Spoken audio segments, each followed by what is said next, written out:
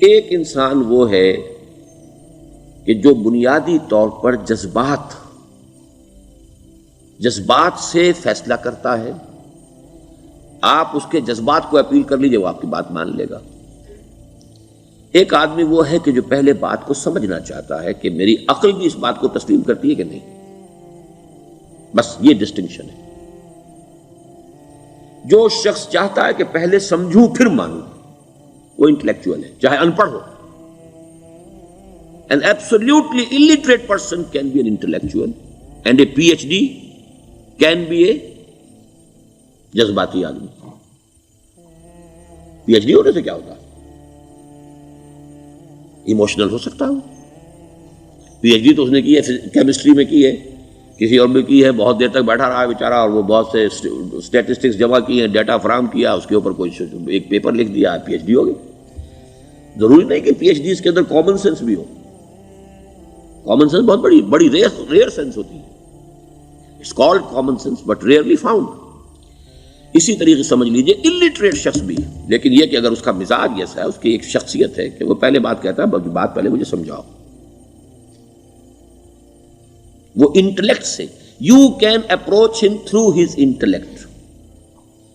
You میں سے کہ اس کے جذباتی سٹرکچر، اس کا ہارٹ، اس کے اور آپ کے درمیان اس کا انٹلیکٹ حائل ہے. You have to go through it. You can't reach his heart except through his intellect. ایک آدمی وہ ہوتا ہے جس کا یہاں کچھ ہے نہیں، کوئی نظریہ نہیں، کوئی خیال نہیں، نہ وہ عقل سے کوئی زیادہ سوچتا ہے، نہ کوئی. آپ نے اس کے اچھی بات کہی، اس کے دل میں اتر گئی. از دل خیزت بر دل ریزت.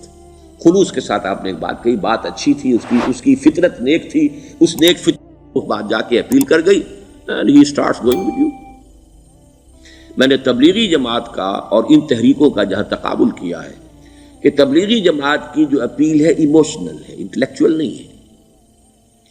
وہ ایموشنلی اپروچ کرتے ہیں، اور جو ایموشنل اورینٹڈ پیپل ہیں وہ فوراً ریسپونڈ کرتے ہیں، پھر انہیں وہاں سے وہ اچک لیتے ہیں. نکلو اب اس ماحول سے، 3 دن کے لیے آؤ، 40 دن کے لیے آؤ، 4 مہینے کے لیے آؤ، جو بھی آؤ، 3 چلے لگاؤ، تاکہ ایک نئے ماحول میں لا کر ان کی جو ہے وہ ایک خاص قسم کی وہ ذہنی اور ان کی ایک مزاج کی ساخت بنا دی جائے. تو یہ ان کا طریقہ بہت صحیح ہے. It's very perfect. ان کی میتھڈالوجی میں کوئی لوپ ہول نہیں ہے، یہ میں آپ کو بتا دیتا ہوں. اس لیے کہ آج اس کے شخص کے دل میں ایک اچھا جذبہ ابھرا ہے، اور وہ کل ہو سکتا ہے نہ رہے. You cash it. ابھی کیش لو، ان سے نقد لو، نکالو بھائی، وقت نکالو، نقد. اور ان کا بڑا پیارا جملہ ہے، گھر گئے تو گر گئے. بڑا پیارا جملہ، گھر گئے تو گر گئے. یعنی یہی وعدہ تو کر لو نا کہ بھائی ارادے تو کر لو. بڑا پیارا انداز ہے یہ. بھائی ارادے تو کر لو. وہ ارادہ کر لیا تو آپ ایک وعدے کی وجہ سے بند گئے. اب یہ کہ اچھا بھائی چلو نکلو. اب نکل گئے تو پھر تو ان کے قابو میں آئی گئے. اب آپ انہوں نے 24 گھنٹے وہ آپ کو جو ہے اس میں رکھنا ہے کہ وہ آپ اپنی ساری سوچ وہ سب کی سب جو ہے وہ سب جاتی رہے گی. تو یہ اپنی جگہ پر it's a very perfect methodology, لیکن اس کی اپیل لمیٹڈ ہے to emotional people, not to intellectuals. ہاں ان میں ہیں پروفیسرز ہیں، یہ ہیں ڈاکٹرز ہیں، لیکن وہ ضروری نہیں کہ انٹلیکچوئل ہو. پروفیشنل ہے، ان کا ایک اپنا ایک سمجھ ہے، اس میں کام کرتے ہیں. تو یہ جو ایٹیچیوڈ ہے کہ ذہن کے راستے سے اپروچ کرنا، اسی لیے قرآن کی اپیل کیا ہے؟ افلا تعقلون، افلا یعقلون، افلا تذکرون. ساری باتیں عقل سے کہا. ابھی میں نے جیسا کہ آپ کو بتایا، قرآن تو یہ کہتا ہے کہ بغیر یا تو عقل سے بات مانی جائے گی، اور یا قرآن کی بات مانی جائے گی، یا رسول کی بات مانی جائے گی.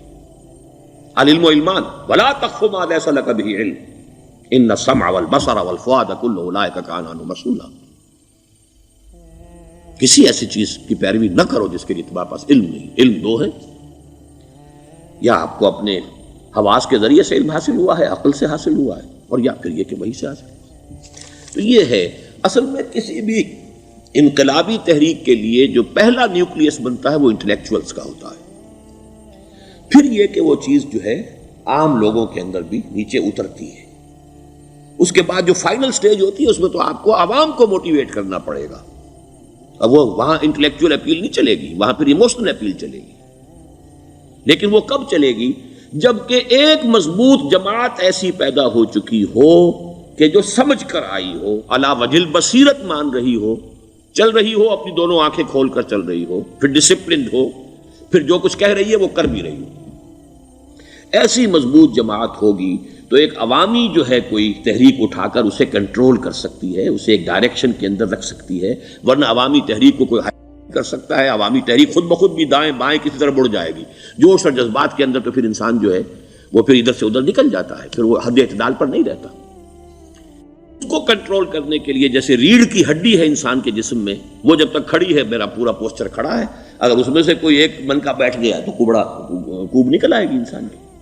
تو وہ ریڑھ کی ہڈی جو ہے وہ جماعت ہے، انقلابی جماعت، جو کہ اسلامی انقلاب میں حزب اللہ، جو ہم تنظیم اسلامی کے تحت کوشش کر رہے ہیں بنانے کی، اور یہ کہ اس کے لیے انٹلیکچوئل اپروچ کے لیے یہ سارا معاملہ ہے کہ جو اسلام کی نشأت ثانیہ سے شروع ہوا، اور یہ سارا کام جو اب ہو رہا ہے، آپ سے بات ہو رہی ہے، آپ کو سمجھانے کی کوشش ہو رہی ہے کہ دین کو سمجھیے کہ دین ہے کیا، اس کا ہدف کیا ہے، اس کا بیسس کیا ہے، اس میں پرائرٹیز کیا ہیں، یہ ساری چیزیں کہ سمجھ سے آئیں آپ کے اندر، پھر آپ سمجھ کر اس شے کو قبول کریں۔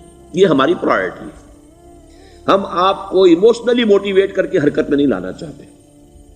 وہ سٹیج آئے گی، جب آئے گی، اگر وہ مضبوط جماعت پہلے تیار ہو جائے تو پھر وہ سٹیج آئے گی، پھر عوام کو موٹیویٹ کریں گے۔ اور اس وقت میں سمجھتا ہوں کہ اگر کوئی ایسی شکل ہمارے ذریعے سے اللہ نے پیدا کر دی تو مجھے یقین ہے کہ تبلیغی جماعت کے لوگوں کی بہت بڑی تعداد جو ہے کھنچ کر آ جائے گی، جیسے ویکیوم میں کوئی چیز کھنچ جاتی ہے۔ لیکن جبکہ انہیں معلوم ہو جائے کہ ہاں دین ہے واقعتاً، یہ کوئی اقتدار کی جنگ نہیں ہے، یہ کوئی اور مسئلہ نہیں ہے، کوئی اس میں شک و شبے سے بالا تر بات نہیں ہے، خالص دین کا مسئلہ ہے، اور اس کے اوپر کوئی تحریک شروع ہوئی تو پھر وہ نکل آئیں گے لوگ۔